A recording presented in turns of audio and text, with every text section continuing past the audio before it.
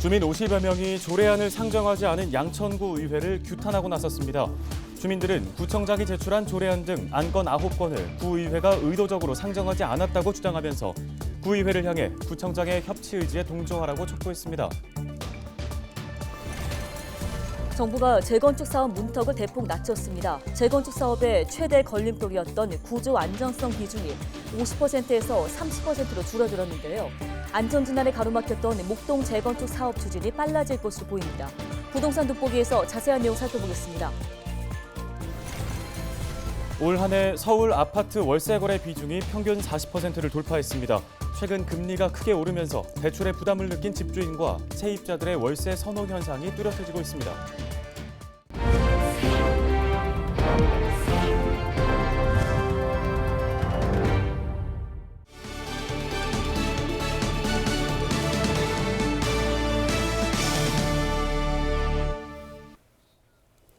시청자 여러분 안녕하십니까? 헬로티비 뉴스입니다. 네, 첫 소식입니다. 이기재 양천구청장이 조례안 미상정과 관련해 양천구 의회를 보이콧한다는 소식을 전해드린 바 있습니다. 이번에는 주민들이 양천구 의회를 규탄하고 나섰습니다. 주민들은 구의원들이 밥그릇 싸움하느라 민생 관련 조례안을 미상정하고 있다고 주장하며 조례안 통과에 협조하라고 촉구했습니다. 김진재 기자가 현장 취재했습니다. 각성하라! 각성하라! 각성하라! 각성하라! 양천구 주민 수십 명이 양천구 의회를 규탄하기 위해 한자리에 모였습니다. 주민들은 양천구 의회가 민생 관련 조례안을 의도적으로 상정하고 있지 않다고 주장하며 구청장의 사업 추진에 협조하라고 요구했습니다. 구의원 이름표 달고 얕은 꼼수와 가증스러운 정치셈법을 당장 멈추라고 경고한다. 당장 이기재 구청장의 협치 의지에 동조하고 민생과 양천 발전에 최선을 다할 때임을 깨우치기 바란다. 앞서 양천구에는 조례안 9건을 상임위원회 심의에 상정하지 않았습니다. 미상정 조례안 중 구청이 제출한 조례안은 4건으로 공항소음 피해 가구에 대한 재산세 40% 감면 등 이기재 양천구청장의 공약사업 관련 조례안 2건도 포함됐습니다. 이에 대해 이재식 양천구의 의장은 제대로 된 검토 없이 구청이 요구하는 조례안을 모두 통과시킬 경우 예산 낭비가 생길 수 있다며 양천구에는 차질 없이 의사 일정을 진행 중이라고 밝혔습니다. 취재 결과 공항소음 피해 가구에 대한 재산세 감면 조례안은 소음 피해 지역에 주택을 소유한 경우 실제 거주 여부와 상관없이 혜택을 받는 등 형평성 문제가 예상된다는 이유로 상정되지 않았습니다. 또 장학기금 확대 관련 조례안은 현재 이율이 높아 장학기금 증액이 불필요하다는 이유로 미상정됐습니다. 양천구청장의 구의회 보이콧 선언에 더해 주민들의 양천구에 규탄이 이어지고 있는 상황에서 양천구는 이번 조례안 미상정과 관련해 주민 공청회를 개최할 예정입니다. 헬로티비 뉴스 김진재입니다.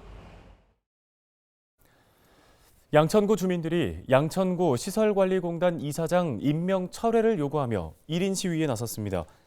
주민들은 지난 8일부터 매일 점심시간을 이용해 양천구청 앞에서 피켓 시위를 이어가고 있는데요.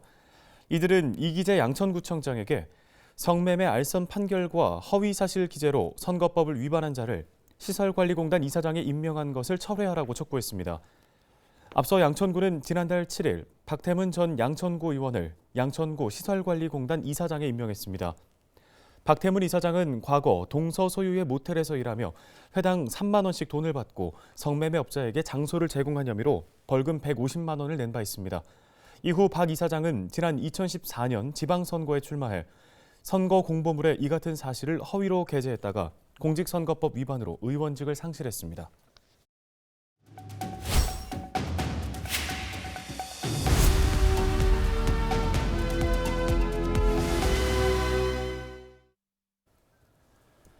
다음 소식입니다. 국토부가 재건축 안전진단 합리화 방안을 발표했습니다.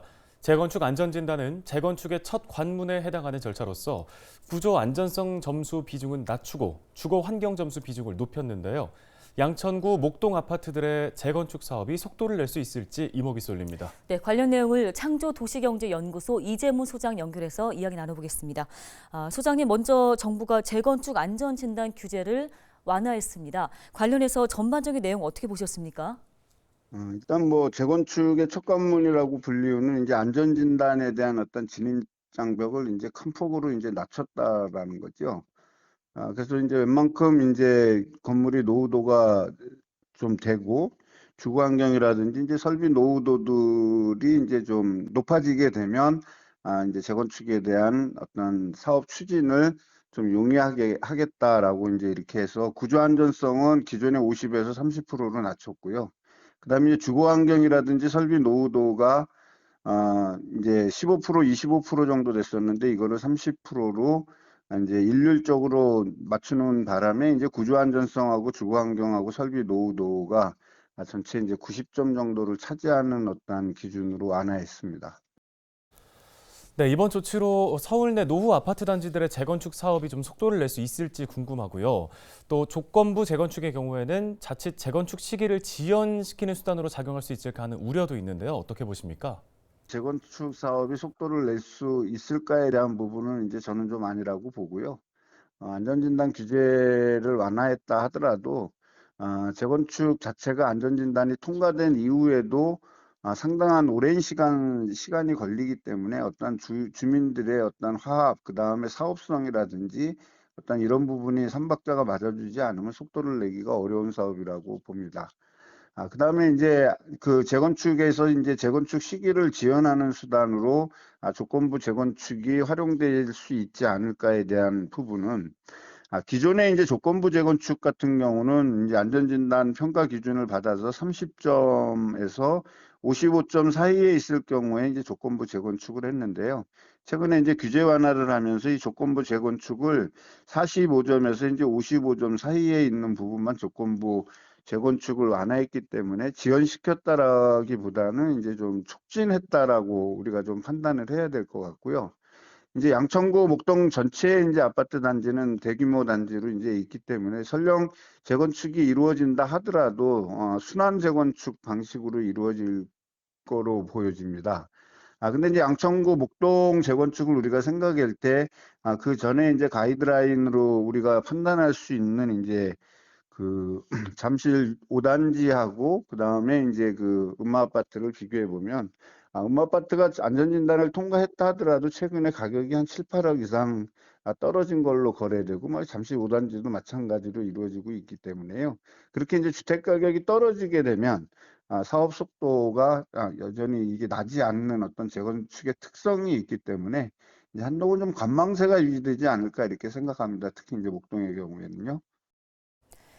예, 이번 규제 개선으로 인해서 이제 집값이 어떻게 움직일지에도 관심이 모아집니다. 시장 상황이 워낙 침체돼 있다 보니 재건축 가격 상승도 좀 한계가 있을지, 장기적으로 볼 때는 호재가 될 수 있을지 궁금한데요. 어떻게 보십니까? 주택 가격이 이제 장기적으로 갔을 때에는 이제 가격이 뭐 계속 지속적으로 떨어지지는 않겠죠. 어느 정도 이제 가격이 하락하게 되면 상당한 기간 이제 옆으로 횡보를 하게 될 겁니다. 횡보를 하게 되고 이제 수요자들 입장에서 봤을 때 이 정도면 이제 주택 가격이 어느 정도 떨어지고 이제 앞으로 올라갈 여지만 있겠다라고 놓고 봤을 때는 재건축 시장은 상당히 지금 호재가 될 수 있는데 지금 우리가 그 재건축 시장이 가격 상승과 병행해서 호재가 될 거라는 거는 조금 판단하기에는 좀 더 시기상조인 것 같고 너무 지나치게 좀 장기적인 측면으로 바라봐야 되지 않을까 이런 생각이 좀 듭니다. 현재 뭐 주택 거래량 서울에 있는 주택 거래량이 상당히 뭐 지금 2013년 이후로 가장 뭐 최소화돼 있고 그다음에 이제 청약 경쟁률도 2013년 이후에 이제 가장 낮은 청약률을 기록하면서 청약을 포기하거나 이제 이런 부분들이 지금 많이 나오고 있다라는 거는 재건축 시장에 심리적인 영향을 미칠 수가 있거든요. 그렇게 된다 그랬을 땐 재건축 아파트들이 대상이 되고 있는 아파트들이 하나의 이제 롤 모델이 될 수 있는 아까 말씀드렸던 5단지나 그다음에 이제 그 음마아파트를 해보신다라면 뭐 다른 시장에서의 재건축 주택 가격 상승은 당연히 이제 한계가 있지 않을까 이렇게 생각을 합니다. 어느 정도 시간이 흘러야 된다. 그리고 시중에 이제 저기 잠겨 있는 구축에 대한 어떤 그 뭐라 그럴까요? 그 매물이 나와 있는 부분들도 어느 정도 소진이 돼야 될 거고 하락하고 있는 전세 가격도 반등의 기미가 보여야 되고 그 다음에 청약 경쟁률이 높아질 때 그때가 바로 재건축 아파트 가격의 상승의 어떤 터닝 포인트가 되지 않을까 이렇게 생각을 합니다. 네, 말씀 여기까지 듣겠습니다. 고맙습니다. 이재문 소장이었습니다. 다음 소식입니다. 최근 금리가 크게 오르면서 서울 아파트 월세 거래 비중이 평균 40%를 넘어선 것으로 나타났습니다.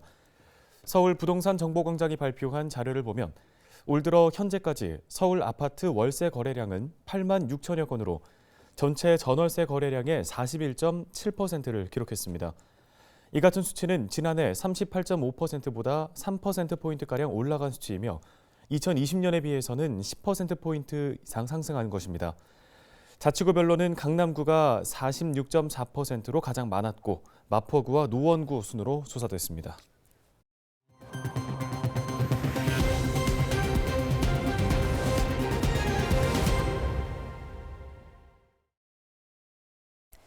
서울시가 대학 경쟁력을 높이기 위해 캠퍼스 용적률 제한을 완화하는 등 대학 도시계획 지원 방안을 발표했습니다. 지원 방안에는 대학이 미래인재 양성과 산학 협력 공간을 조성할 수 있도록 운동장이나 녹지같이 용적률이 필요 없는 공간을 활용해 건물을 지을 수 있도록 했습니다. 또 현재 최고 7층으로 제한되어 있는 높이도 자연 경관을 해치지 않는 선에서 완화하기로 했는데요. 특별한 보호 가치가 있는 생물 서식지로 개발이 제한된 비오톱 1등급 토지의 용적률도 다른 구역으로 이전해 활용할 수 있도록 했습니다. 이번 지원 방침에 따라 용적률을 70% 이상 사용하는 대학의 경우 최대 53만 제곱미터의 연면적이 추가로 확보될 전망입니다. 오늘 저희가 준비한 소식은 여기까지입니다. 네, 시청해주신 여러분 고맙습니다.